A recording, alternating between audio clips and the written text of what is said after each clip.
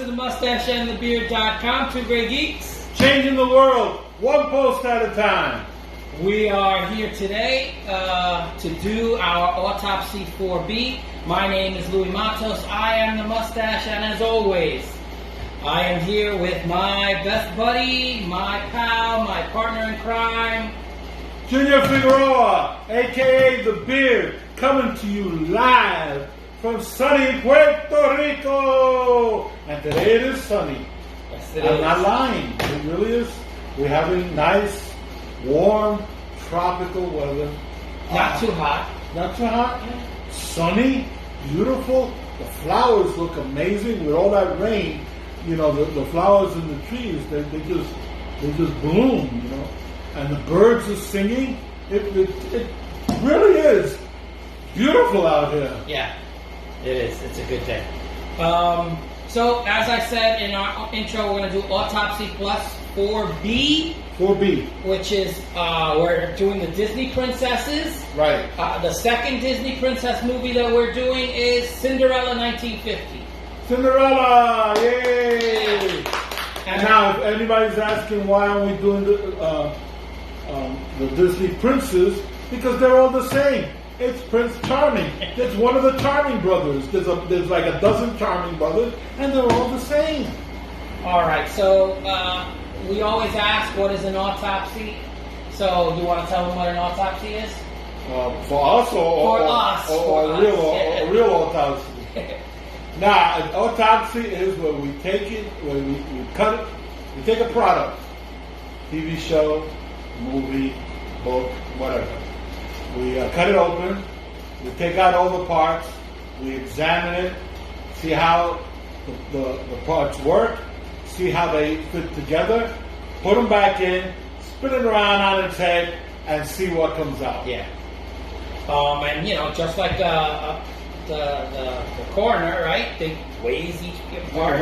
Each part, yeah. You examine each part. Yeah. So and then so now this is a plus video, which means that it's going to extend from, because we're doing the Disney princess. Right. We did before we did A. We did A, which Snow was White. Snow White, and now we're doing B, Cinderella, and I believe that C is Sleeping Beauty. Yeah, that's correct. Right, C is Sleeping Beauty. We're doing them in chronological order. Yep. All right. Right. This is not. We're not doing it based on what we think is the best or the worst or anything. We're doing it in chronological order. All right. So, Cinderella 1950 is an American animated musical fantasy film produced by Walt Disney, based on the fairy tale of the same name by Charles Perrault. Cinderella. Sequences, like all the Disney movies, are directed by different people. Clyde Geronimi, Hamilton Lusk, who happened to be the director of Snow White and Seven Dwarfs. Wilfred Jackson, with Ben Sharpstein as the production supervisor. Mac David, Jerry Livingston, and Al Hoffman wrote the songs, which are very iconic in this movie, including Cinderella's title song, A Dream is a Wish Your Heart Makes, Oh Sing Sweet Nightingale, the work song, and Bibbidi Bobbidi Boo, which was nominated for an Academy Award, that song. And of course, So This Is Love. TikTok has made Bibbidi Bobbidi Boo even more famous than it is. All right. So we start with background. During the mid to late 1940s, Walt Disney Productions, along with a whole slew of American companies, suffered massive losses as a consequence of World War II. Right, that's true. The European labor shortage, yeah. the shortage of personnel, people were getting drafted. Yeah. Right, so women actually had to start working in the factories in place of men that were going off to war. So the European market was inaccessible. That's another thing, yeah. Absolutely. Movies like Fantasia, Pinocchio, and Bambi all bombed. At first. Right, yeah. with their initial release. Consequently, Disney was over $4 million in debt. And in those days, even now it's a lot of money, but in those days, oh my God. That would be like 400 million. Yeah, they were on the verge of bankruptcy. So, Again. yes, so Disney believed that if he could do another Snow White, they could become solvent. So in 1948, they purchased the rights to Cendrillon by Charles Perrault, that's the French version.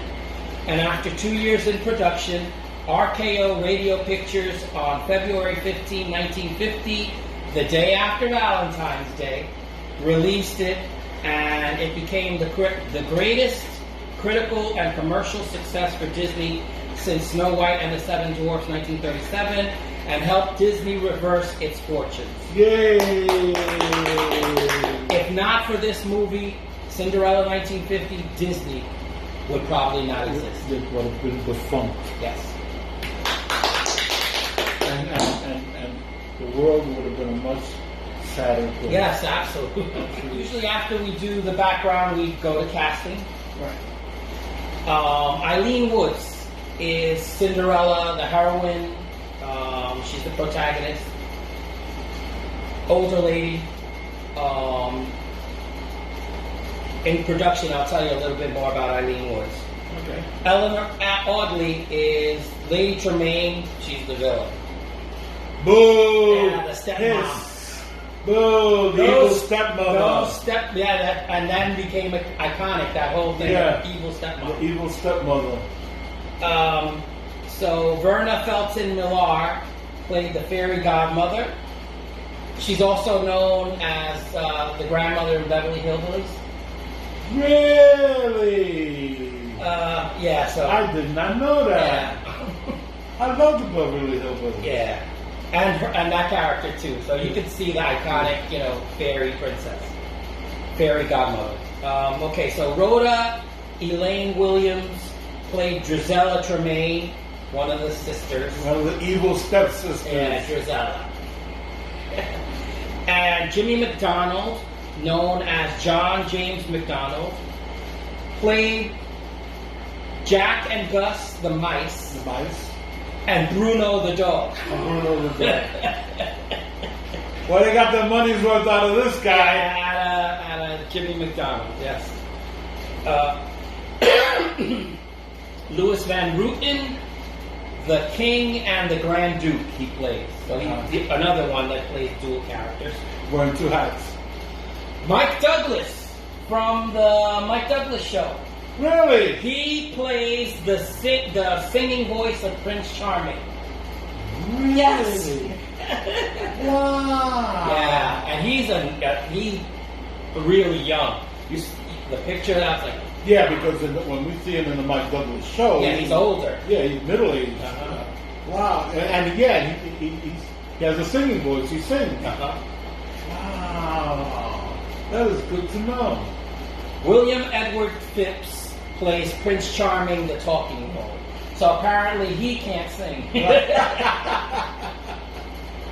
So which this is Prince Laszlo Charming, right?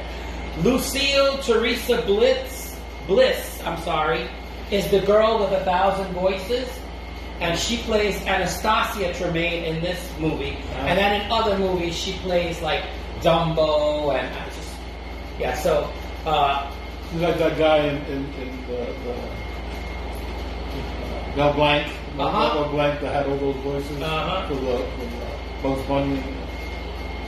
All right, and last but not least, narrated by Betty Lou Gerson. All right, so those are all of the major characters in this, and we'll probably go to the plot now, right? Here comes the plot. Here comes the plot. Here comes the plot, y'all. Here comes the plot. Cinderella's widowed father marries Lady Tremaine, who has 2 daughters of her own. He dies shortly thereafter. Suspicious that. Lady Tremaine, who's jealous of Cinderella's beauty, decides to make her stepdaughter a scullion in her own chateau. Now, guys, scullion means servant, okay? It's not a dirty word, okay? She lives in the attic and is burdened with all the house chores. Anastasia and Drizella, who are her stepsisters, mock Cinderella while giving her more chores to do. Cinderella also takes care of the mice and birds, which Lucifer the cat stalks. Lucifer also gives Cinderella more work to do. Bad cat. The king, apparently impatient for grandchildren, grandparents, right? Yeah. Decides to have a royal ball where all the single ladies have been invited. So basically, the king invited all the single ladies to his ball. Okay, wanting to attend, Cinderella finds one of her mother's dresses to fix up. The stepmother and stepsisters, afraid that Cinderella will upstage them, decide to keep her so busy that she doesn't have time to alter the gown. But Jack and Gus and the other animals decide to fix it up for her with beads and a sash discarded by the stepsisters. The stepsisters tear up the dress and leave Cinderella behind. In tears, she flees to the garden where her fairy godmother uses magic to transform animals to a horse and carriage and make a gown for Cinderella with the restriction that she has to be back by midnight. At the ball, no one recognizes Cinderella because they're all looking at the king's ball. But the prince is smitten after some alone time. The prince is in love. The clock strikes 12. Cinderella runs home, leaving behind a glass slipper. The prince vows to find the wearer and marry the wearer, and he does, and they live happily ever after. Now, actually, there's much more to the end. Of course. But just to let you know, everybody lives happily ever after, but watch the movie to get the ending. The end. All right, so we've gotten through most of it. Just do a little production, and I think that's pretty much. What did you want to tell me? Oh yeah. Production. Eileen Woods, Cinderella. She was a 1940s radio star. She had her own show, so her voice was familiar. So Walt Disney, being smart, says, let's take the voice that's familiar and put her in the animated movie as the star. Right. So that's just too old for the part. Right. Even it didn't matter. It was more a case of they needed someone that could sing, right, and that they wanted someone with a familiar voice that already people loved. Right. Exactly. She had a proven track record. Yeah. That's smart. So the main actress, boom, is a voice that is commonly heard on the radio. And in order to keep costs down, the animators did not use live action reference as much as in the previous movies. So it was released February 15th, 1950. It was re-released in 1957, in 1965, in 1973, in 1981, and in 1987. Wow! Yeah, they went to the well a lot with this movie. And in one of those is where I saw it. And they kept on, making money on this movie. In the initial release, it made $4.28 million gross. So it made what they needed to get out of bankruptcy. Right. It saved the company. Right. So, in lifetime gross, 96.3 million gross domestic. International, it made lifetime 315 million gross. So adjusted for inflation, it made 532.5 million.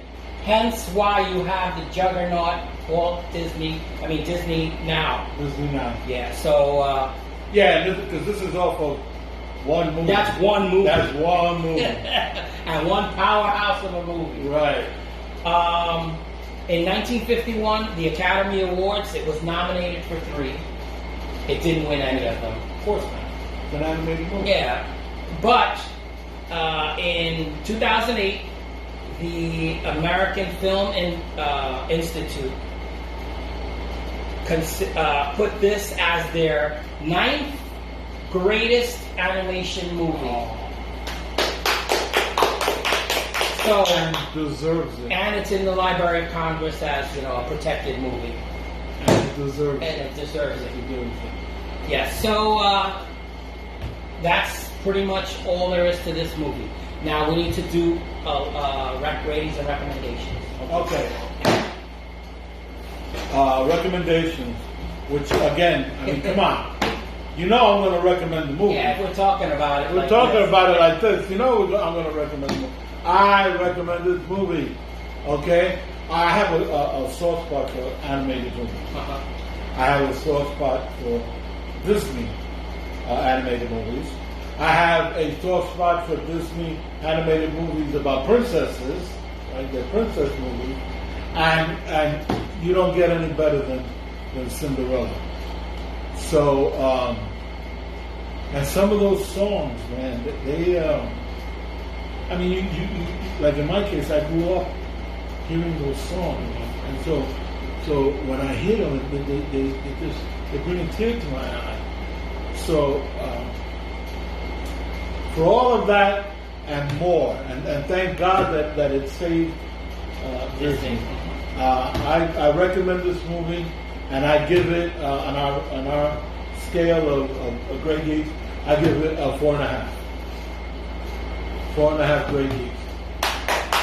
Okay. That's a high recommend. I also recommend this movie.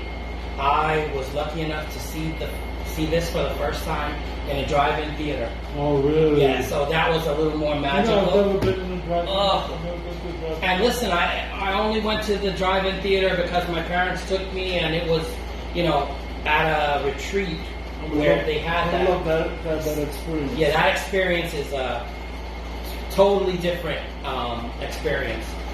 I don't think I've ever seen it in the theater, but I did see it in the drive-in, and really loved it. So, as a consequence of that, and I mean, you gave it 4.5 grade geeks. I'm going to agree with you. 4.5 grade geeks. I think this is a movie that everyone should watch, whether Yes. you're a boy or a girl. Yes. Because it is magical. The Cinderella story is one of the fairy tales that is told on a regular basis. And this way, it was a little more magical. Afterwards, as I got older, and I read Grimm's fairy tales and realized, the Grimm fairy tale is a little more dark. Yeah. Yeah. But this is great. So 4.5 grade geeks, I recommend it highly. Listen, if your parents take your children to see this movie, or watch this movie with your children, your grandparents, watch it with your grandchildren. And if your kids, watch it with your parents. Drag your parents and make them watch it with your children. Make a memory. Make a mental Polaroid. It's worth it. It's worth it. Believe me, it's worth it. All right, gray and bearded one, we've come to the outro, to the part in the program where we've ended everything that we've done, we've talked about, and I think we did a good job with this movie. I usually ask the gray bearded one for a wise missive, Yes. and so now the floor is yours. He has the wise masses for a wise missive. Okay, a wise man once said, "A difference which makes no difference is no difference." And you know who that wise man was? Spock. Was it? Oh. Yeah, Spock. You're doing Leonard Nimoy. I'm doing Leonard Nimoy now.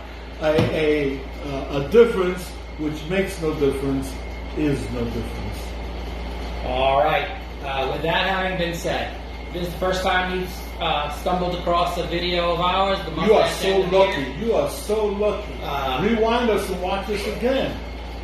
Well, there's a whole slew of our videos. Yes. So I invite you to subscribe. Please do that. I'd like you to press the like button, which you can do that as well. We try to make you laugh in the hopes of always entertaining you, which we hope we've done that with our 100 years of geekery between the two of us. If something we've said has stirred you to make a comment, please do so. Yes. Tell us what we got right or what you think we got wrong. Be gentle. We thank you for watching. Please share this video. My name is Louis Matos. I'm the Mustache. I'm Junior Figueroa. I be the beard. See you later. Hasta la vista. Take it easy. Peace.